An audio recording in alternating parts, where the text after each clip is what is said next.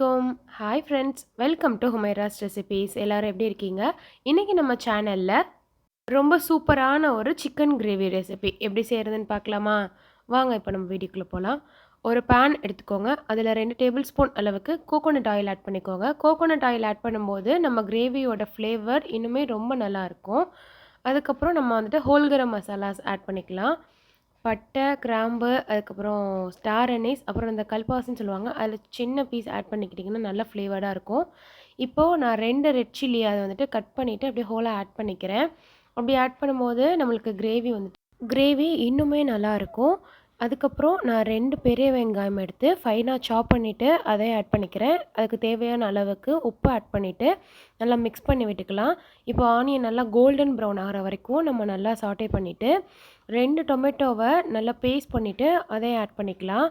நல்லா டொமேட்டோவோட பச்சை வாசனை போற அளவுக்கு நல்லா வதக்கி விட்டுக்கலாம். அதுக்கப்புறம் 1 டேபிள் ஸ்பூன் அளவுக்கு இஞ்சி பூண்டு பேஸ்ட் போட்டு அதையும் ரா ஸ்மெல் போற வரைக்கும் நல்லா வதக்கிட்டு, அதுக்கப்புறம் 1 கொத்து அளவுக்கு கருவேப்பிலை நான் ஆட் பண்ணிக்கிறேன்.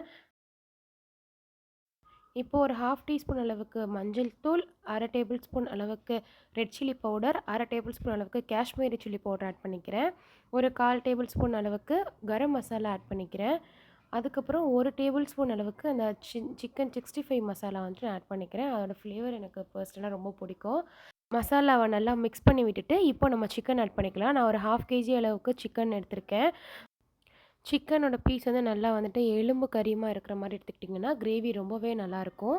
இப்போ போட்டு அந்த மசாலால நல்லா நம்ம சிக்கன் கோட் ஆகுற அளவுக்கு நல்லா மிக்ஸ் பண்ணி விட்டுக்கலாம். கொஞ்சம் லிட் வச்சுமே கவர் பண்ணி லோ ஃப்ளேமில குக் பண்ணிங்கன்னா, எக்ஸஸ் வாட்டர் இருந்தா ரிலீஸ் ஆயிடும்.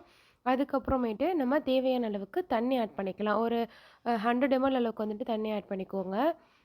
ஆட் பண்ணிவிட்டு நல்லா மிக்ஸ் பண்ணி விட்டுட்டு, லோ ஃப்ளேம்லேயே வச்சு நல்லா குக் பண்ணணும். நம்ம ஒரு 10 டூ 15 மினிட் அளவுக்காவது வந்துட்டு நல்லா குக் பண்ணணும். ஃபைனலா கொஞ்சமா வந்துட்டு கொரியாண்டர் ஆட் பண்ணிக்கிறேன்.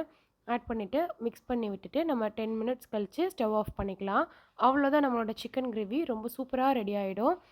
கண்டிப்பா உங்க வீட்ல ட்ரை பண்ணி பார்த்துட்டு எனக்கு எப்படி இருந்துச்சுன்னு கமெண்ட்ல சொல்லுங்க. இந்த வீடியோ பிடிச்சிருந்துச்சுன்னா லைக் பண்ணிட்டு உங்க ஃப்ரெண்ட்ஸ் அண்ட் ஃபேமிலிக்கு ஷேர் பண்ணிக்கோங்க. அப்படியே நம்ம சேனலை சப்ஸ்கிரைப் பண்ணிட்டு பக்கத்துல இருக்கிற பெல் ஐகானையும் கிளிக் பண்ணிக்கோங்க. தேங்க்ஸ் ஃபார் வாட்சிங்.